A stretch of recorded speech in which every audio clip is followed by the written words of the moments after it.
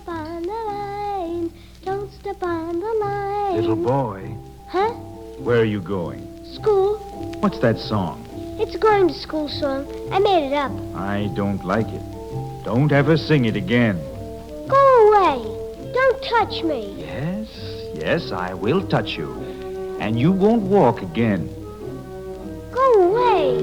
Don't bother me. Stop. Don't move. Let me go. Let me go, please. Now sing. Now whistle. Now walk. Go ahead. I can't. I know you can't. I've crippled you. I'm the Crippler.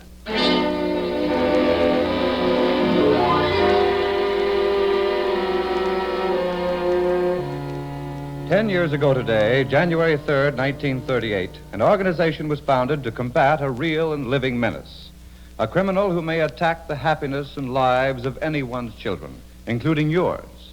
Here is the story of that menace and the organization founded to track this arch criminal down, a criminal nobody has seen or caught or controlled, a criminal called the Crippler. And here to play the role is the distinguished star of stage and screen, Raymond Massey.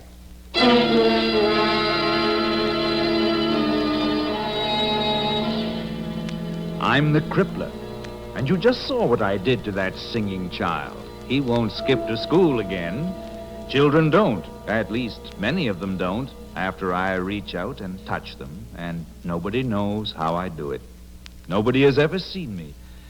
Nobody can stop me from going wherever I want and doing whatever I want to children's legs and arms and backs. All I have to do is reach out, like this. And when I touch a child, there is pain, there is suffering. But wait, I'll show you what I do. And mind you, I can do it anywhere, anytime, to anybody, without hindrance. Well, almost without hindrance. Lately, there's been some interfering with my work, but more about that later. You know, I like summertime the best and children the most, so let's see, where is my calendar? Ah, yes. June 1941, one of my craftiest times. It was at... Oh, wait, I'll roll down my map. Here, right here in Cook County, Illinois. Yes, I remember that time very well, and so do a lot of parents. Yes, it was a perfect setting for my work. It was hot, late afternoon, toward the last days of school. Plenty of children to choose from.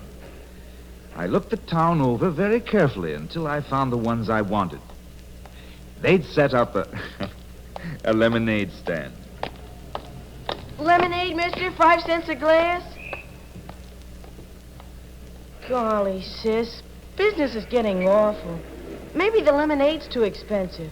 Maybe because it's getting too close to supper. You think so? Sure.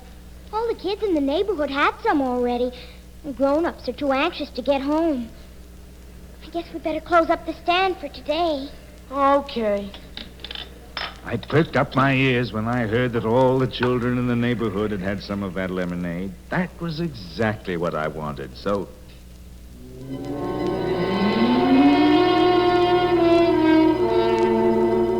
I reached out and touched the little boy. Then I heard... Walter! Dorothy! Supper time! Okay, Mom. They packed up their little business enterprise and went home, and I followed them to find out where they lived. I waited around a few days, and you know what pleased me most? This.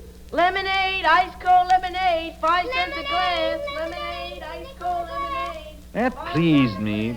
They kept their stand open, and other children drank their lemonade. Then one evening, a few days after I'd touched Walter, I was hiding in the dark shadows under the living room window. I was a little uncertain, you see. Some things had happened that made me wonder whether I was losing my touch. But this is what I heard in the room. You see, Mrs. White, the diagnosis is inescapable. Every symptom bears it out. The boy's loss of appetite. Could it have been something he ate? No. Sore throat, the nausea, the way he trembled. Yes. Well, in view of all that, I must be perfectly honest with you. My diagnosis is poliomyelitis, infantile paralysis. You see, that's who I am. Infantile paralysis. The Crippler. The ambulance should be here soon. But I must tell you, there isn't much we can do. There isn't much we know. Now, I want to look at the little girl, your daughter. Dorothy, but she's all right. Yes, but this is the fourth call of this kind I've had on this block. And there are 11 other cases in the neighborhood. So... An epidemic. We're afraid so. Where is the little girl?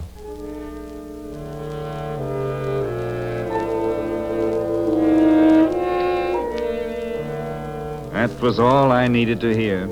11 cases. And Walter, and Dorothy, too. I had done a good job. I found that out at the hospital. Might have been transmitted through the lemonade stand or through contact with the boy. The boy handled the glass. Yes, and some adults drank it.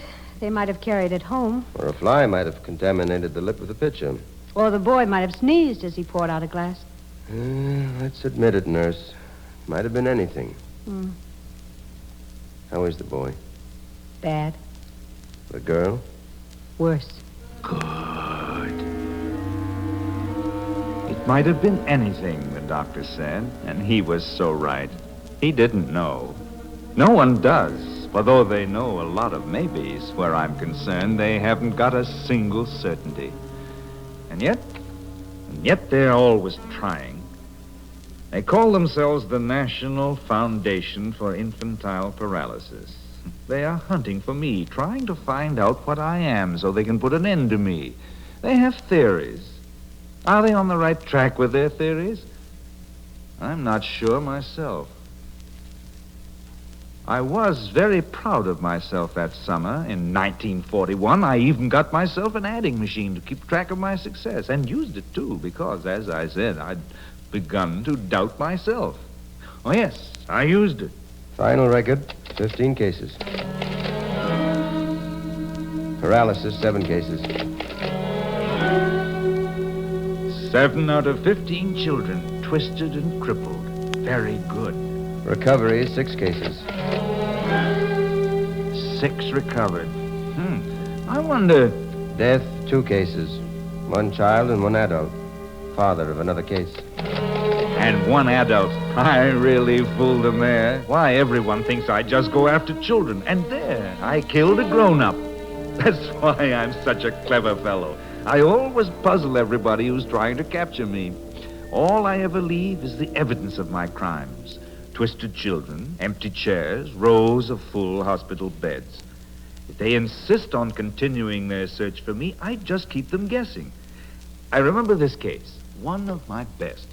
1, 2, 3, a Larry, I spy a little. And 48 hours later... All right, honey. Count, fast as you can. 1, 2, 3, 4, 5, 6. All right, dear. Lie down. Respiratory paralysis. That's one form I take.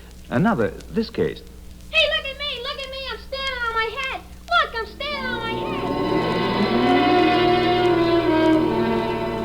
head! 48 hours later... All right, son. Now try to put your head down between your knees. Like this? Mm-hmm. Can you get it down a little farther?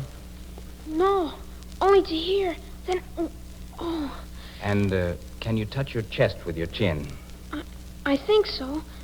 No, son. Don't drop your jaw to your chest. Keep your jaw closed as you touch your chest with your chin. Try it. I can't. All right, son. Paralytic polio.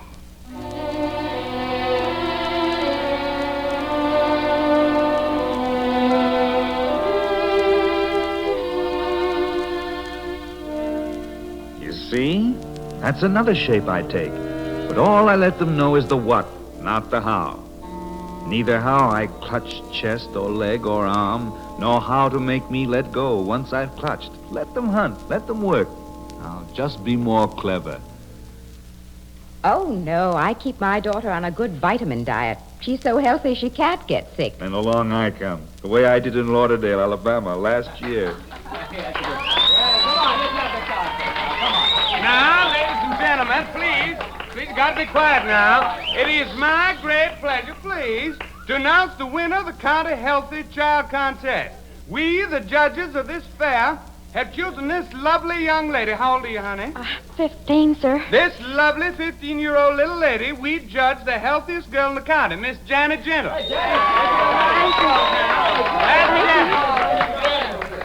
But while she was getting a cup, I was home giving her little sister my touch. So, Oh, look, Daddy, look at the beautiful present, isn't it? Oh, what's the matter, Daddy? Aren't you happy I won the prize? Mighty happy, daughter. Thing is, I got something to tell you. Yes, Daddy. They just took Sis to the hospital. Mother's there now. Well, gee, let's go visit her. I want to see her my prize. Well, what's the matter, Daddy? Don't rightly know yet. Can't tell for sure. But I can go see her, can't I? Well, nobody told me yes and nobody told me no. But if the healthiest gal in the county can't, why, who can? Come on, gal.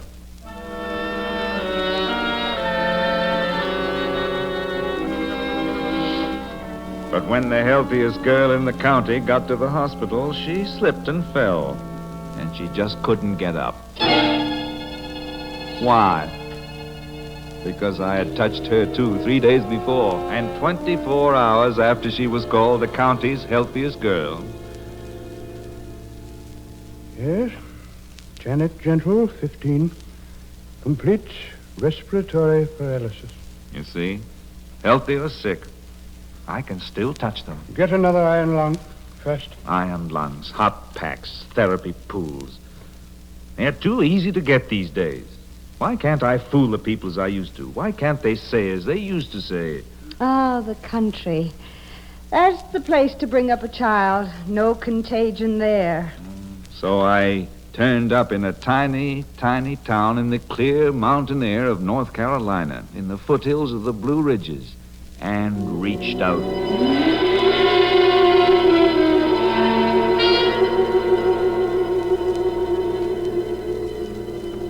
This was my score.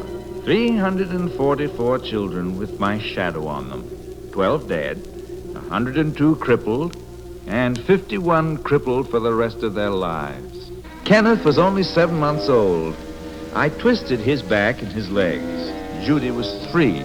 I wrenched her neck and bent her arm. Jerry was just learning to walk, so I shrunk his legs. What a job I did in Hickory, North Carolina, back in 1944. But what a job the people did, too. I could have done so much better if they hadn't all got together with this National Foundation for Infantile Paralysis and battled with me. Then and there, I determined to even the score. The very next year, 1946, I got out my adding machine and I went to work. Los Angeles, Chicago, Denver, St. Louis, Minneapolis, Florence, Alabama. 25,191 plus. Not bad for 1946 alone. And when you figure that I leave a lot of helpless ones to be taken care of for a long time after I touch them, it runs into a wonderful figure for me. I'm pretty terrific at my job. And it isn't everyone that can make iron braces and crutches grow where only straight young legs and arms grew before. But I have to be sure of myself. I have to keep checking up to see how much closer these National Foundation people are getting to finding out about me. I have to keep revisiting places I have been to keep tabs. So let's look in on the hospital in Hickory, North Carolina. Remember? Kelsey! Kelsey! I'm hiding. Here I am. Kelsey, you get up off that floor and come over here. It's time for your exercises. Exercises? Why, I thought I'd gripped his throat so hard. Now, with ah. Okay.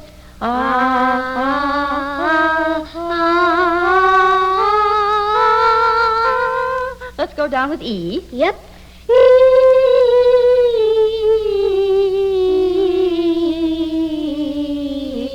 let's try O. Hey, can I sing a song, huh? No, not yet, Kelsey. Just R's and E's and O's. Oh, why not? Because during your convalescent care, we have to strengthen your throat muscles. Now, up with O. Oh. See what's going on? They're undoing the damage I do. That National Foundation and its people and their march of dimes. I'd better keep checking. I wonder how that girl in Chicago is getting along. I really twisted her.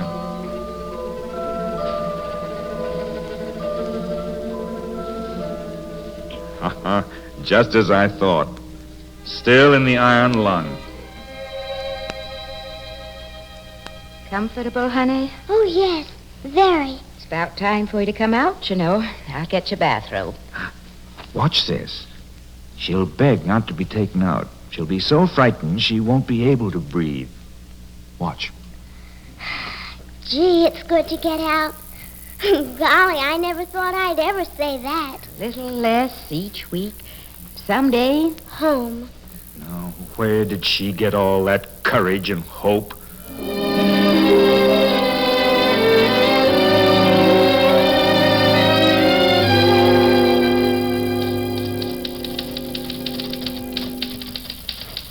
And my findings in this biochemical study of the effects of certain experiments with the phosphorus groupings upon the virus of poliomyelitis, while negative, nevertheless indicate a considerable area for further research. Research. They're digging. Scientists and students are getting after my secrets. And who's been paying for it all? How have they... What's that? Dance music? What's been going on here? Why, that girl looks like the college student I caught once. Why, it is. Dancing. Hey, you know, for a med student, you're a pretty good dancer. Oh, but I'm not really a med student. I just have a fellowship in physical therapy. No, I'm a pre-med myself. What's your specialty? Polio. That's me. I'm especially interested in it. So when the National Foundation announced study fellowships at this school, I went for one and got it. From the foundation? Mm-hmm. You see, I had polio, and they helped me. So I'm going to learn to help them. Look, thanks to the National Foundation, I'm dancing.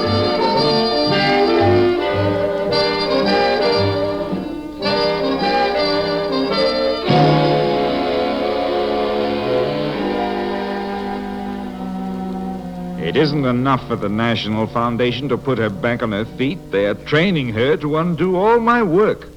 Well, at least there's one thing the Foundation can't undo, and that's the fear of being a hopeless cripple. Sure, they're learning more and more about me and training more and more people to track me down, but fear, that I'm still the master of. Hopeless fear. Down in Georgia is where I left some really hopeless ones. So I'll just check up down there. All right, Peter. Don't be afraid now. Are you ready? Uh-huh. Good. Now, first put this one under this arm, and this one under the other. That's what I like. Children on crutches. Like this? No, dear, no. Rest your weight on your hands, not your armpits. This way? That's it. Now rest a while that way. Then fall and break your thin legs. I'm ready, nurse. Good. Now, first put the right crutch forward, like this. Now the left foot. Careful. Good boy. Now the left crutch. And the right foot. Why, it's easy. Just sort of zig and zag. That's right. Now, do you think you can do it alone, or are you tired? Of course he can't do it alone. I crippled him. The Crippler. He'll never walk. I'll try.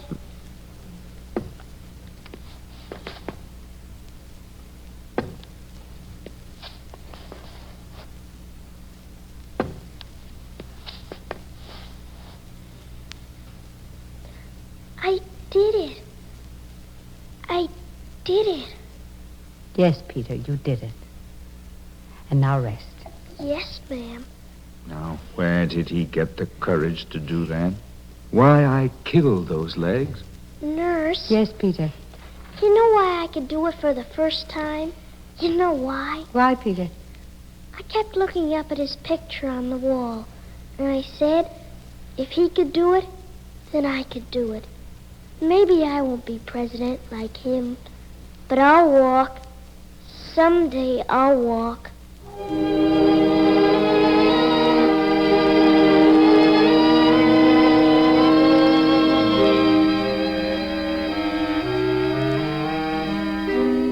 Let's check up here. What's the foundation been doing to me in the last 10 years? Research, hospitalization, paying the expenses of treatment and care, changes in treatment, and the banishment of panic. They're catching up with me.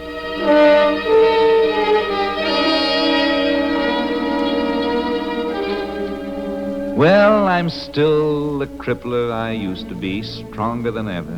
Still the twister, the torturer, the agonizer, the killer. And they haven't stopped me. I can still reach out to anybody, anywhere, anytime. Yes, even to you. As a matter of fact, I think that's exactly what I'll do. You think just because it's winter I can't.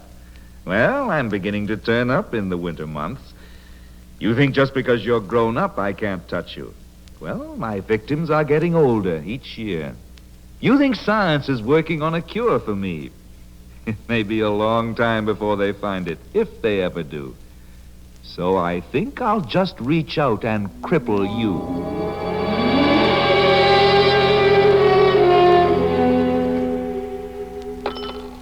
What's that? A dime. Who are you? The National Foundation for Infantile Paralysis. What's the dime for? For the March of Dimes. We, the National Foundation, will use that dime to track you down, to fight you, to help those you've crippled. Dimes. A lot of good they do. A lot of good they do. Do you know who you're threatening with dimes? I'm the crippler. So? I'll show you. 11,000 cases last year. 25,000 the year before. I'll show you. $15 million spent taking care of those 25,000 cases to combat your crippling. But just the same, in the last 10 years, my victims have increased in number, going up, going up, going up. In those same 10 years, we've spent $13 million for research and education to track you down. But out of every 100 I touch, 20 are paralyzed, and on 22 I leave my mark, and 8 will die. Yes. But today, of those you do touch, more live, and to every one you have crippled, help can be given. This is the work of the local chapters of the National Foundation. They have half of all the money they raise to use right at home to fight you. Fight me? I admit you're catching up to me, but you have to admit you really don't know anything about me yet. No cure, no prevention, no knowledge of how I spread, how I strike, how to determine exactly what I am and how to kill me. You know you haven't got me licked. Listen to me. In 1938, there was very little research on your trail. By now, we've started 540 research and education grants. Today, the National Foundation is carrying on the most intensive and comprehensive attack on a single disease ever launched by a private agency anywhere in the world. In 1938, the people you caught sometimes weren't even known to have polio until they were crippled. Now, every known case of polio is hospitalized, and more of your victims walk out of hospitals. In 1938, many hospitals refused to admit polio patients. Now there are 717 polio units today. Hospitals used to be understaffed, couldn't give early, adequate care. Today, we have trained 1,500 skilled workers and equipped many units in hospitals. And one thing more. The average family couldn't afford to pay for the damage you caused. Now, anybody, no matter what his race, creed, or color, young or old, can have all the care he needs, regardless of cost. We will spend $1, and we've spent as much as $24,000 on one case because she needed it. And we're spending millions. Millions on study in 66 institutions coming closer to you. Closer. We've got everybody on your trail. Chemists, physicists, physiologists, nutritionists, anatomists, Please, don't pay any attention to him. Listen to me. Help me. I'll make a confession. I'm worried. They are getting closer, closer and closer all the time. The stronger I get, and I am getting stronger, the more you give them and the more traps they set out to catch me, the harder it is for me to do my crippling work. Please help me. Don't give to the March of Dimes. The National Foundation will use it to fight me. Help me by not giving. Don't give them a cent. It will pay for a postcard to call a meeting against me, or a nickel, which will pay for a phone call to a chapter for help, or a dime. That pays for a pamphlet to educate people against me, or a quarter to pay for a hot pack to relieve the torture I work so hard to apply. Don't give dollars by 5s or 10 or 20s or hundreds. They will pay for research, for respirators, for reassurance, for hospitals, help and hope against me. Don't give the foundation anything. You'll put me out of a job. You'll cripple me, the crippler.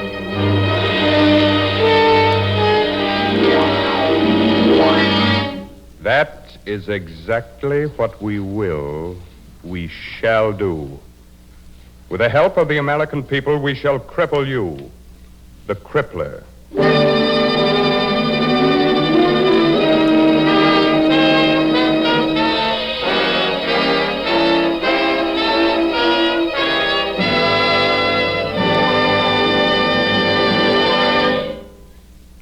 This is Raymond Massey. I've just finished the most unpleasant role I've ever played. However, I was eager to take the part of the crippler with the hope I might help force home to you the ever-present menace of infantile paralysis. Today is the 10th anniversary of the National Foundation for Infantile Paralysis, which has done such wonderful work in the short 10 years of its existence. Much has been done, but much more remains to be done. The National Foundation needs your help. They have pledged themselves to carry on the battle against polio, to see that every victim of the crippler receives adequate care, regardless of age or church or the color of skin, and regardless of cost. They have also promised to continue this fight until polio is banished from the earth. That is their pledge. That is their promise. But they need your support. And when they ask for it between January the 15th and January the 30th, give it. Without it, they are helpless. They have pledged. They have promised. They will fight. Will you?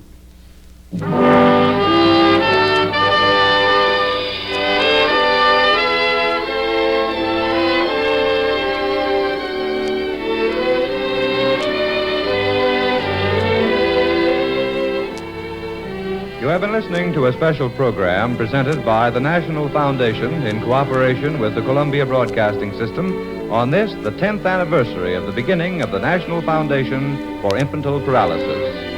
Tonight's script was written by Alan E. Sloan. The original score was conducted by Harry Salter. This is CBS, the Columbia Broadcasting System.